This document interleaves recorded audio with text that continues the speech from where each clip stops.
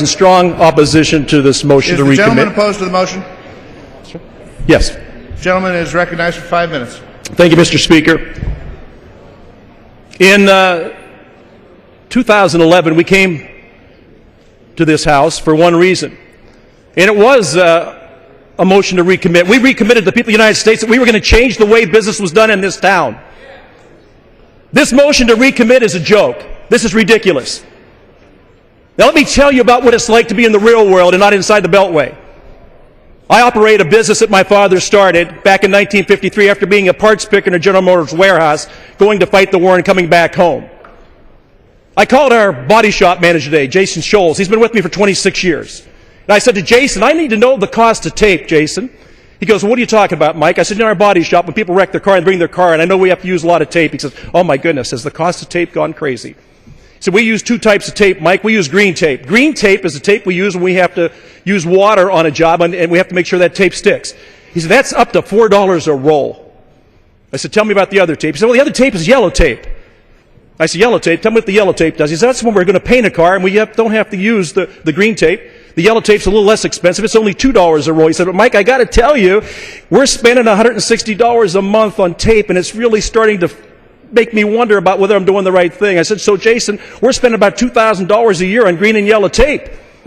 He said, yes, we are. I said, Jason, you know what the cost of red tape is? He goes, I have no idea. We don't use red tape. I said, oh, yes, we do. It's $1.75 trillion. That's the cost of red tape. And I called my friend Don Shamey at Next Tier Bank, and I said, Don, we've known each other since we were kids. Our wives know each other. Our kids grew up together. We do a lot of things together. I've done business with you for 40 years. You're right across the street from me. Don, tell me about the new regulations. He said, well, Mike, if you take a look at it, there's 1,100 pages now that are the definition of whether you're a qualified borrower or not. I said, it only took 1,100 pages for the government to determine what the definition is of a qualified borrower. Are you kidding me? Do you mean to sit here and say that you are serious? We renovated a ballpark in my hometown. A guy named Tom Bernatowski, veteran. Took us a couple $1 million to renovate our ballpark. The day we were going to open up, I got a call at the dealership and said, Mike, would you come down? I said, why? What's going on? He said, we're having trouble with the occupancy permit.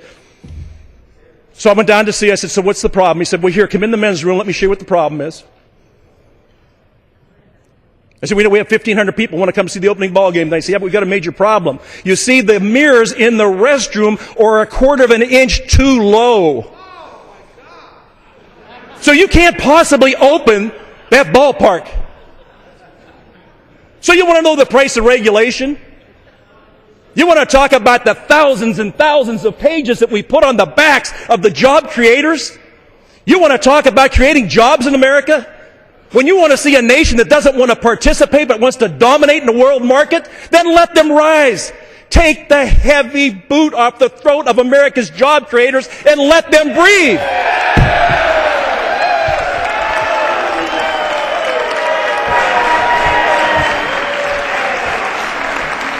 The jobs we are talking about are not red jobs or blue jobs. They are red, white, and blue jobs. They are not Democrat jobs or Republican jobs or independent jobs or libertarian jobs. They are American jobs. If you want this country to thrive and not just survive, then please start playing the game by the rules and stop this ridiculous mockery of what it is that we do here in this town.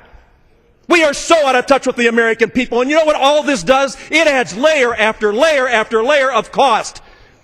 And that cost is ultimately paid for by the American consumer. You want to have more revenues? Then let the tide rise for all boats. Let us be able to not only survive, but to thrive.